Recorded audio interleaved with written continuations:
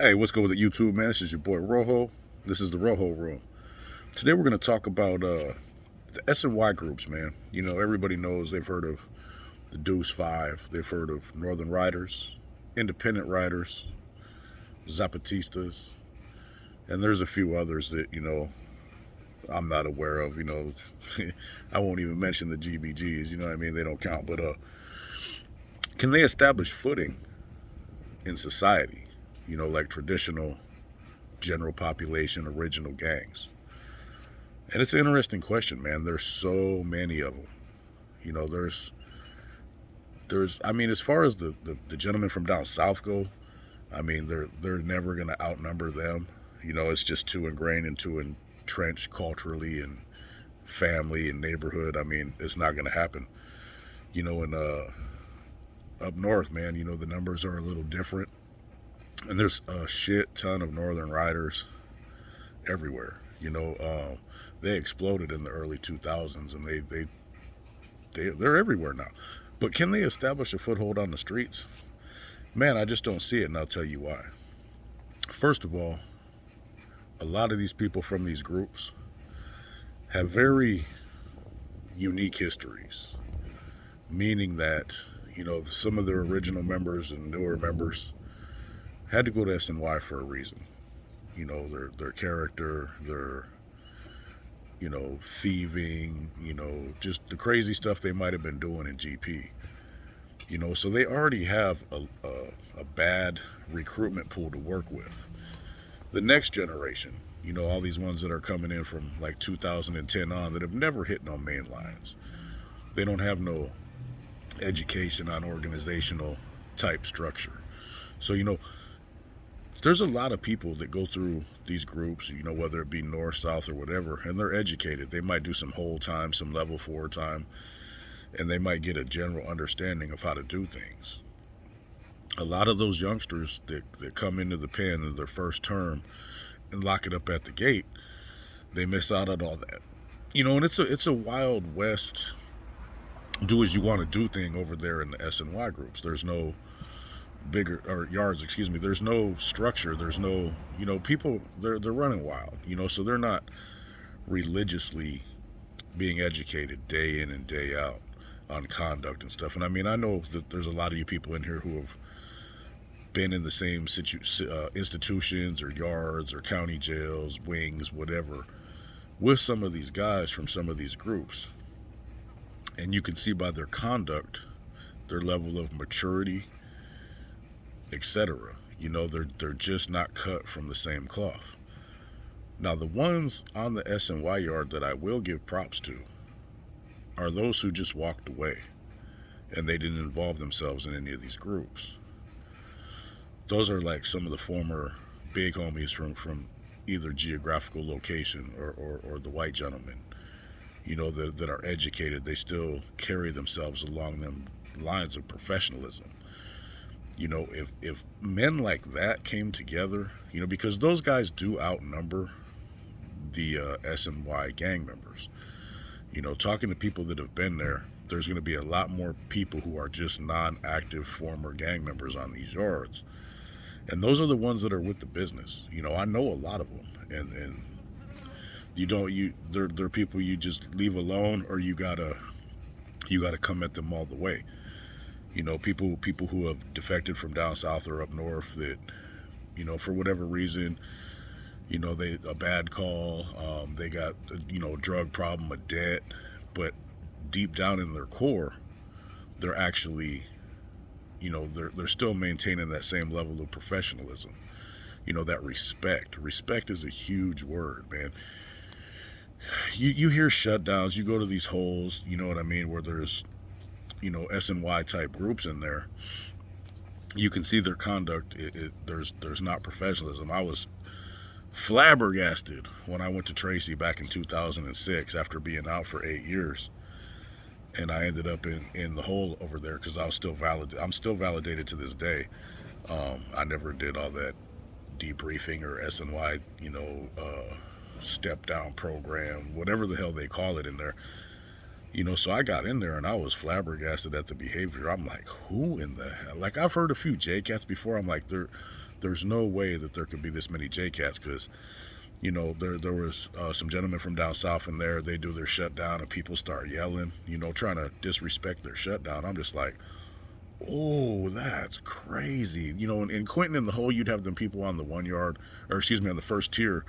They were genuinely crazy though. You know what I mean? They were getting all the meds and screaming about Amnesty International and something stuck in my butt and just yelling at the top of their lungs all night for no reason.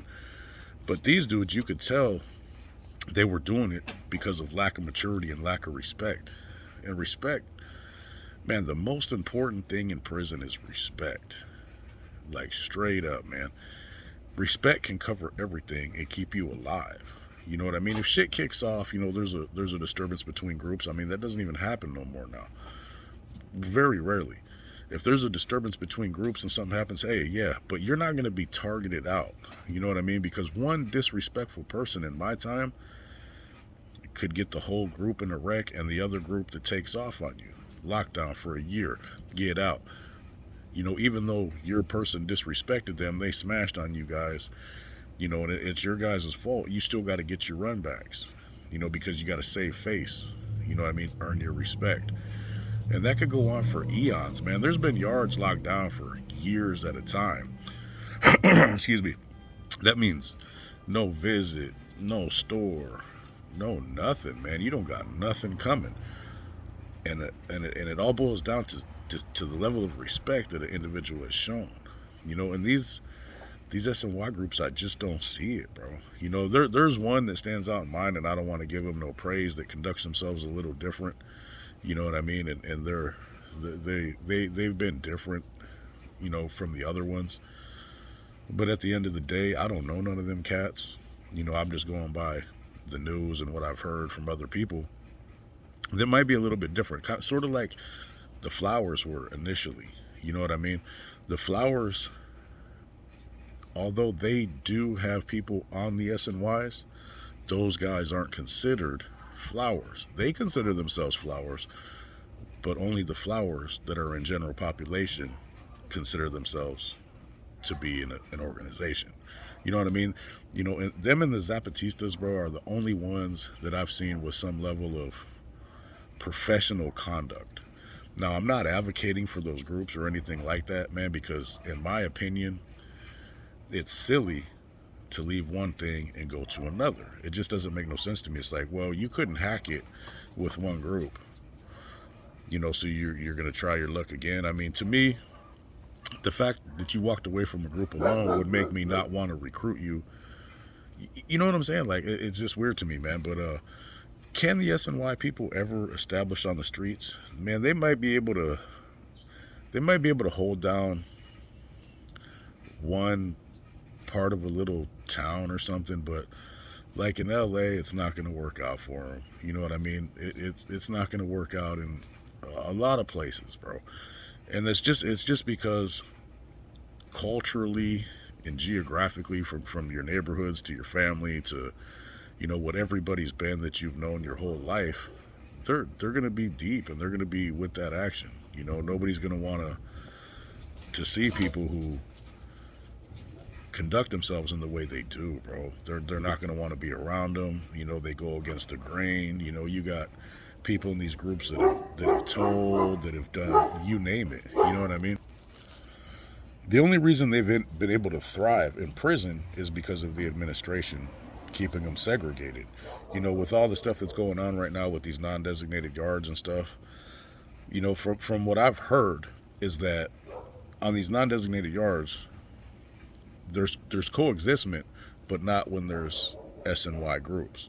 If there's regular people who just walked away and whatever, at least as far as the Northerners are, there's a couple institutions I know of where they're not taking off on them. They're not doing nothing, which that's so different from when I was around. And I know that there's institutions they're not going to be able to go to, certain strongholds like Salinas Valley, Solano, and whatnot. But I've talked to people in places like Vacaville, and there's active dudes pushing the line on the same yard, going to yard at the same time as people who've walked away.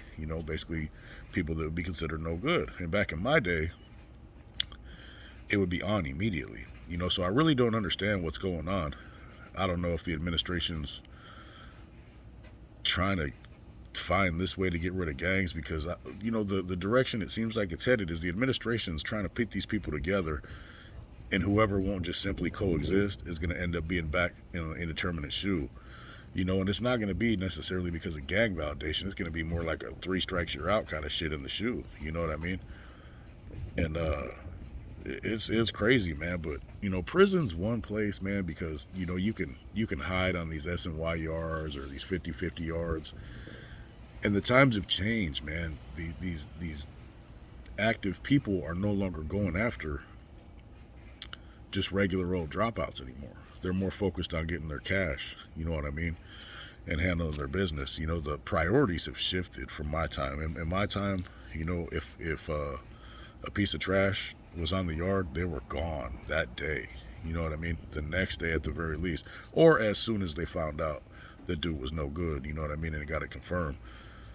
But it's weird how everybody's coexisting, but it's not going to happen on the streets, man. There's no way. And that goes the same for the peace treaty, man.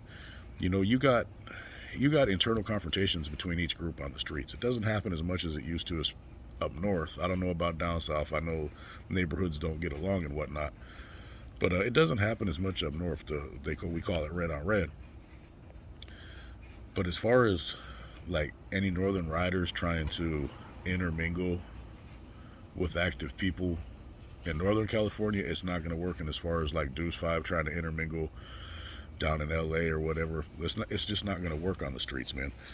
There's no, people can get their money on the streets and wiggle and not have to worry about getting shoe programs and 1-year lockdowns. They're going to handle their business. They're going to bang on you. They're going to get you out of that area, and they're going to continue doing business as usual. Whereas you try to do that in the pen, man, you're going on lockdown. You're gonna sit down for a while.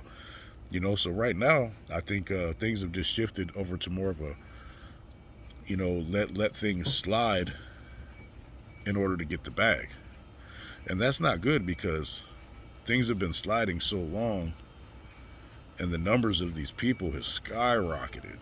You know what I mean? And I don't wish no ill on them. You know what I mean? Do your thing. I'm just breaking it down from a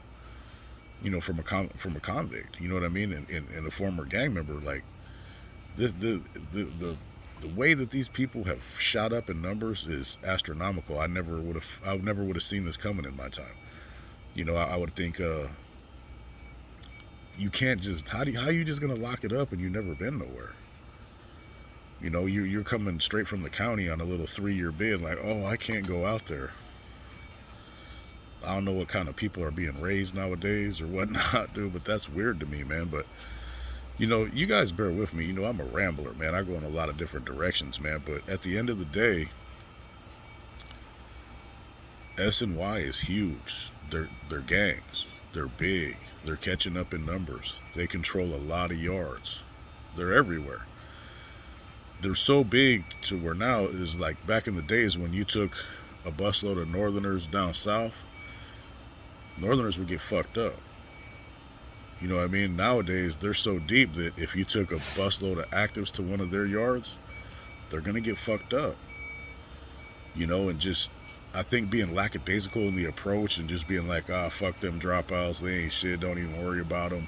And them being able to hide in protective custody has allowed their numbers to get almost to the point where they're a significant threat. However, on the streets, they're going to hold down a couple little areas and go hide and, barbecue in backyards and stuff like that. But that's going to be about it, man. Anyway, that's just my 2 cents, man. Y'all have a good day. This is Rojo. This is the Rojo Room. I'm gone.